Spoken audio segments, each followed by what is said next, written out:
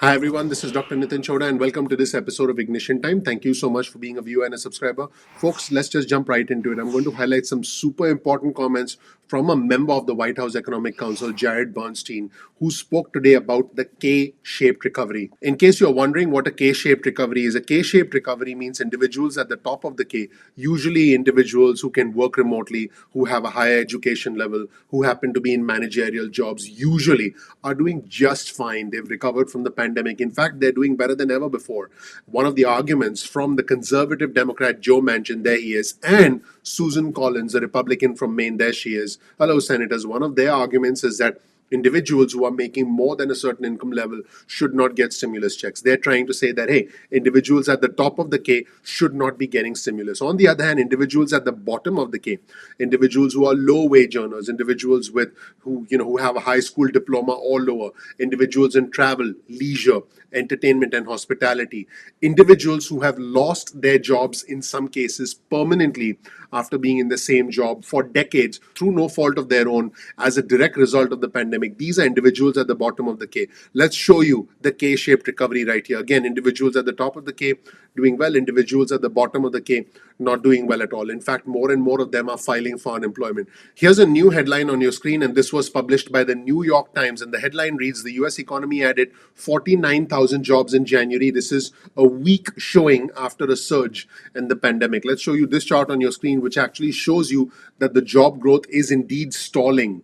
Let's take a look at the cumulative changes in all jobs across the pandemic. You'll still see that we are down almost 10 million jobs since the start of the pandemic, even though a number of individuals have indeed gotten their jobs back. So folks, you can start to see when the pandemic started, as you can see that dip in that graph over there, 25 million of our fellow Americans lost their jobs in one swoop. That is why the CARES Act was a massive bipartisan measure. And then as the economy recovered, you'll start to see that the politics came in the way. All these chess games that you can see on your screen came sort of emerged. Now the chess players were different last year, but there are still chess players right now. The difference here is the Democrats are now in control. You see this chessboard with the president, President Biden, with House Speaker Pelosi, with the Senate Majority Leader Chuck Schumer, and the Senate Minority Leader Mitch McConnell, who was a key player on this chessboard last year, but now there's not much he can do as the Democrats try and jam things through with their razor-thin majority, which, by the way, already happened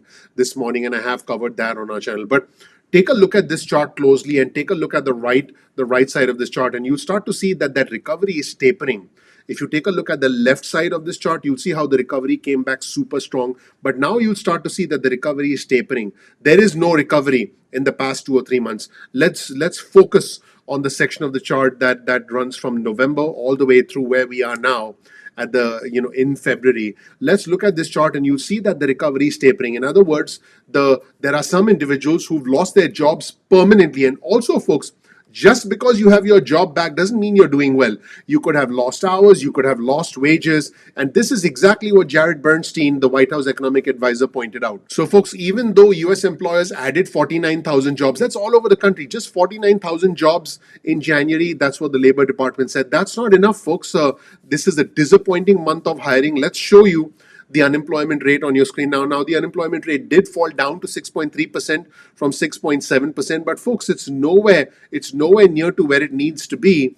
And there are millions of our fellow Americans still struggling. They are the ones who are being left behind. So now, folks, let's shift gears to a brand new interview with one of the advisors to the president, a member of the White House Economic Council, Jared Bernstein. He said that job creation has stalled and there's an urgent need for President Biden's American Rescue Plan. And folks, he basically said, hey, these numbers are not good. They indicate that job creation has stalled. Like I showed you on that chart earlier, let's put up that first chart on your screen right now and take a look at the stalling of the job creation in the past 3 months.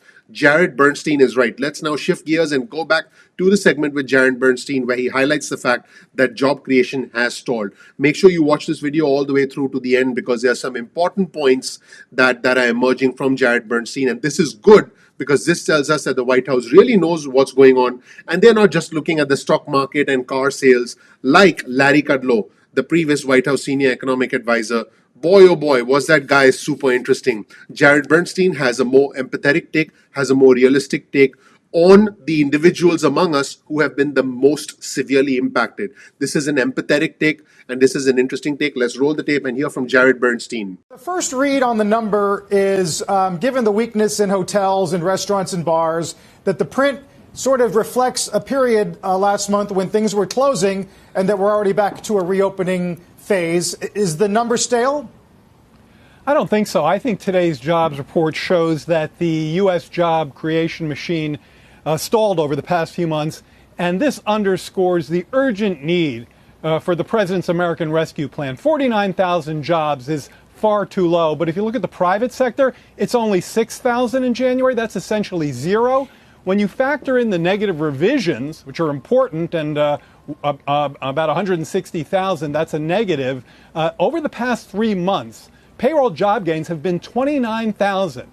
Now, back that up to the prior 3 months, it was over 1 million. That is a massive downshift in job gains, and it just shows you the extent to which the air pocket has really significantly dampened the employment creation function. And so the necessity, the urgency, the steep costs of inaction around the American Rescue Plan are very much, I think, amplified by this jobs report. Now, folks, that was interesting. Let's take a look at the next segment where Bernstein says this is indeed a K-shaped recovery. Like I mentioned to you at the start of this video, this right here is a K-shaped recovery. Individuals at the top of the K doing well. Individuals at the bottom of the K, in many cases, have lost their jobs permanently. Jared Bernstein says there's rising poverty, there's rising hunger, there's rising permanent unemployment, and there are rising foreclosures. And this is something that we really need to take a look at closely. Let's hear from one of the White House economic advisors, Jared Bernstein. Does the argument for more stimulus, or at least a high number on the stimulus package, Jared, get more complicated when you've got the savings rate in double digits, ISM services 2-year high, a return to job growth, tepid though it may be?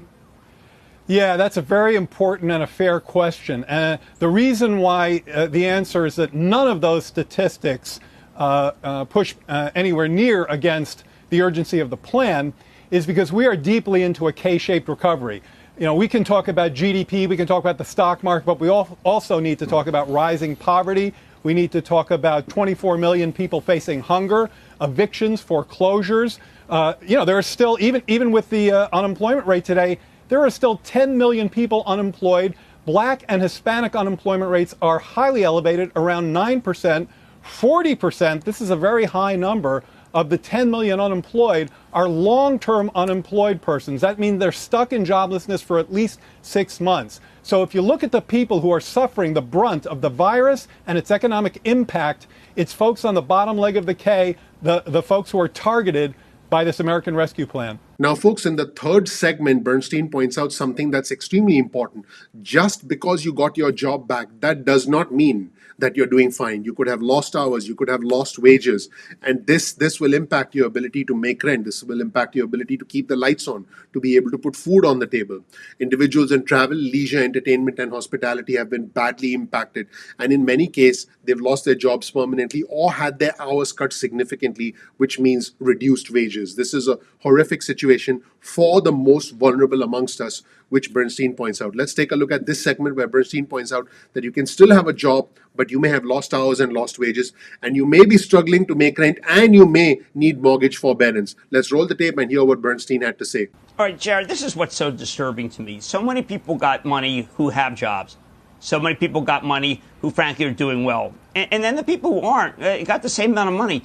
Isn't it time to recognize, just as you just talked about with the K economy, let's flood the zone of people who aren't doing well. Let's flood the zone of minority businesses that have been hurt more than businesses for people who actually we know are doing better.